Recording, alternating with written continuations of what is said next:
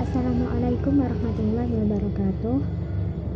Nama saya Sylvia Labibah Kotrunada dengan nomor induk mahasiswa 9321208119. Di sini saya akan mempresentasikan laporan hasil penelitian saya yang berjudul Upaya Peningkatan Interaksi Sosial Siswa Terhadap Proses Pembelajaran pada Mata Pelajaran Umum di SD Negeri Sudangan, Kecamatan Gelagah pada semester 1. Yang pertama yakni bab 1 pendahuluan. A. Latar belakang. Proses pembelajaran tidak bisa terlepas dari berbagai faktor yang mempengaruhi dan menunjang keberlangsungan pembelajaran. Bagi lembaga pendidikan, setelah menentukan program-program dan kurikulum pendidikan, haruslah mempunyai prinsip dalam menentukan arah teknis pelaksanaan cita-cita dari program dan kurikulum yang telah dirancang.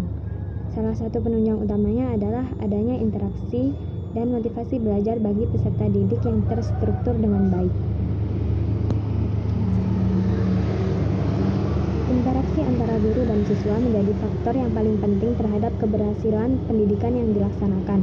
Ketika seorang guru mampu melaksanakan interaksi yang baik dan efektif, maka tentu saja siswa akan mendapatkan kemudahan dalam berkomunikasi dengan guru-gurunya. Yang kedua, yakni rumusan masalah.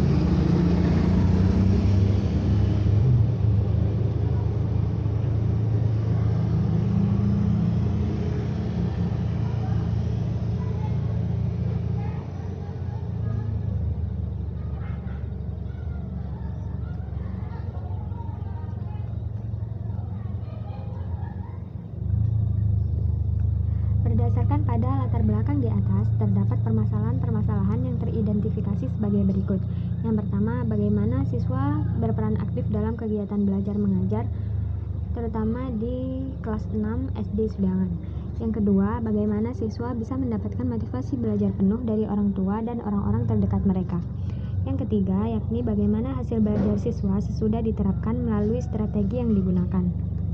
Selanjutnya, yakni tujuan penelitian.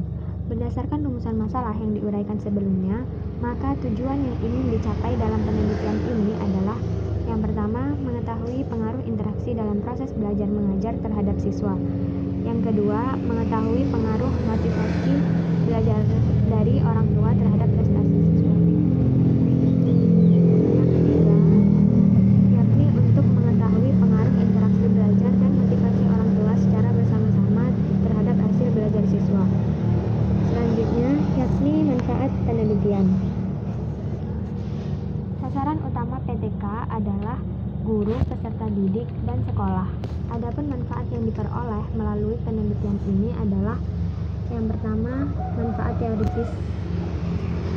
Hasil penelitian diharapkan dapat memberikan suatu paradigma baru, yaitu apabila tercipta suatu interaksi sosial yang baik antara siswa dengan siswa maupun siswa dengan guru, maka akan menghasilkan aktivitas belajar siswa yang optimal.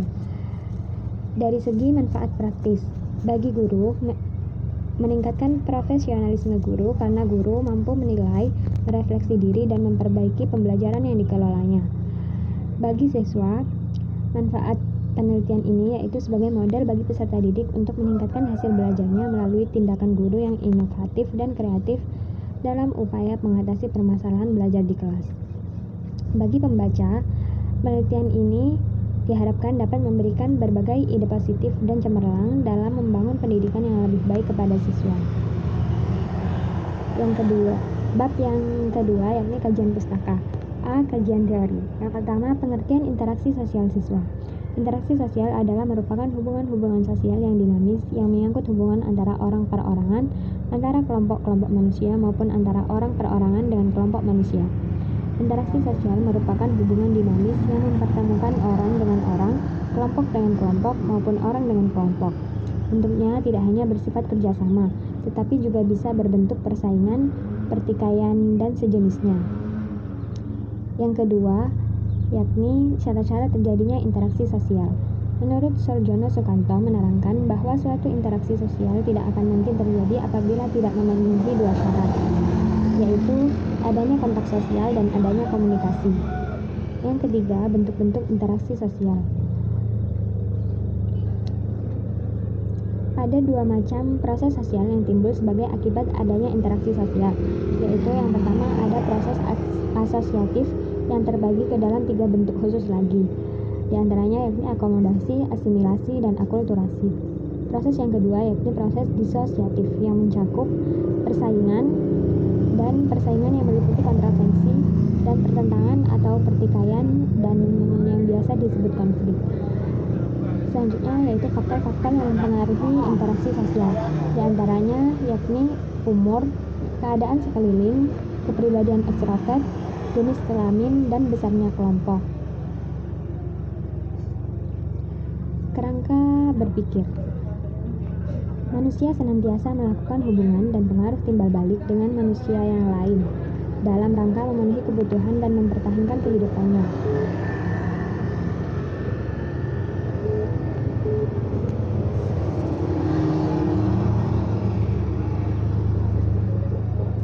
Bahkan secara ekstrem manusia akan mempunyai arti jika ada manusia yang lain tempat ia berinteraksi. Interaksi sosial adalah hubungan timbal balik yang saling mempengaruhi. Ada aksi dan juga ada reaksi. Pelakunya lebih dari satu. Individu versus individu, individu versus kelompok, kelompok versus kelompok, dan lain-lain. Contoh guru mengajar merupakan contoh interaksi sosial antara individu dengan kelompok.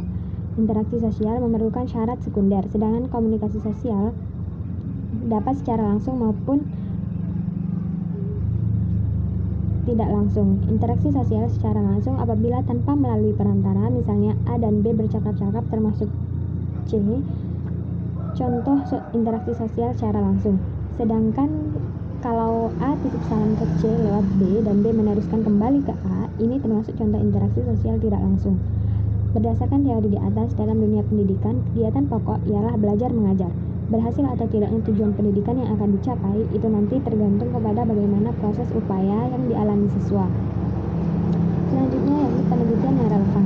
Sebagai bahan penguat penilaian tentang upaya peningkatan interaksi sosial siswa terhadap proses pembelajaran pada mata pelajaran umum kelas 6 SD Negeri Sudangan, peneliti mengutip dua penelitian yang relevan, antara lain yang pertama dalam jurnal yang berjudul Pengaruh Interaksi Terhadap Aktivitas Belajar Siswa kelas 6 SD Negeri Salebu, Kecamatan Mangunraja, disusun oleh Ai Nuraida. Yang kedua, dalam skripsi yang berjudul Pengaruh Interaksi Sosial dalam Pembelajaran Terhadap Motivasi Belajar Siswa pada mata pelajaran fikih kelas 7 di SMP Muhammadiyah 1 Kota Agung, Tanggamus, tahun ajaran 2019-2020. Selanjutnya yakni hipotesis tindakan. Merupakan jawaban sementara dari rumusan masalah yang diperoleh setelah mengkaji teori. Contoh hipotesis tindakan dari rumusan masalah di atas adalah adanya interaksi dalam suatu hubungan, baik secara individu atau kelompok, formal maupun informal, dan langsung maupun tidak langsung, dapat mempengaruhi proses pembelajaran, meningkatkan kecerdasan, mengembangkan wawasan, dan juga akan mengalami perubahan perilaku dari tidak tahu menjadi tahu. Bab yang ketiga yakni pelaksanaan penelitian. Yang pertama ada lokasi, subjek, dan objek penelitian. Lokasi penelitian. Penelitian ini dilakukan di SD Negeri Sudangan yang terletak di wilayah Desa Sudangan, Kecamatan Gelagah, Kabupaten Lamongan. Jarak sekolah dengan kantor kecamatan kurang lebih 2 km. Kondisi ruang kelas 6 berukuran 6 meter x 8 meter dan terletak paling timur di antara 3 kelas yang membujuk ke barat. Yang kedua yakni subjek penelitian. Subjek penelitian yang dimaksud di sini adalah siswa kelas 6 SD Negeri Sudangan tahun pelajaran 2021-2022 semester ganjil dengan jumlah siswa 15 yang terdiri dari 8 siswa laki-laki dan 7 siswa perempuan. Penelitian ini dilakukan selama 5 hari pada tanggal 20 November 2021 sampai dengan 25 November 2021. Selanjutnya yakni objek penelitian. Objek dalam penelitian ini adalah peningkatan hasil belajar siswa pada mata pelajaran umum. Selanjutnya yakni prosedur atau siklus penelitian. Siklus yang pertama, guru bertujuan membantu dalam perkembangan anak didik, baik perkembangan intelijensi maupun perkembangan psikisnya secara umum. Siklus yang kedua, adanya perhatian siswa, terjalinnya komunikasi yang baik antara guru dengan siswa dan siswa dengan siswa, serta adanya keseriusan siswa dalam mengikuti proses pembelajaran. Selanjutnya, siklus yang ketiga, guru menandai dengan suatu penggarapan materi secara khusus, seperti adanya kegiatan tanya jawab dan kemauan siswa untuk mengerjakan tugas yang diberikan oleh guru. Dari penjelasan di atas didapat 3 tahapan, yaitu interaksi siswa dan guru dalam pembelajaran dengan adanya tujuan, prosedur, jalannya hasil, dan adanya materi atau bahan. Selanjutnya yakni teknik pengumpulan data. Dalam penelitian ini, teknik pengumpulan data yang digunakan adalah sebagai berikut. Yang pertama ada observasi, yang kedua ada wawancara, dan yang ketiga ada pembagian angket secara langsung maupun melalui kuesioner. Yang terakhir yakni teknik analisis data. Analisis data dalam penelitian ini dilakukan sejak sebelum memasuki lapangan, selama di lapangan, dan setelah selesai di lapangan. Analisis data ini dilakukan setelah data yang diperoleh dari sampel melalui instrumen yang dipilih dan akan digunakan untuk menjawab masalah dalam penelitian atau untuk menguji hipotesa yang diajukan melalui penyajian data. Data yang terkumpul tidak mesti seluruhnya disajikan dalam pelaporan penelitian. Penyajian data ini adalah dalam rangka untuk memperlihatkan data kepada para pembaca tentang realitas yang sebenarnya terjadi sesuai dengan fokus dan tema penelitian. Oleh karena itu, data yang disajikan dalam penelitian tentunya adalah data yang terkait dengan tema bahasan saja yang perlu disajikan. Aktivitas dalam analisis data yaitu reduksi data, penyajian data, dan penarikan kesimpulan atau verifikasi data. Sekian dari penjelasan laporan hasil penelitian saya. Semoga bermanfaat. Wassalamualaikum warahmatullahi wabarakatuh.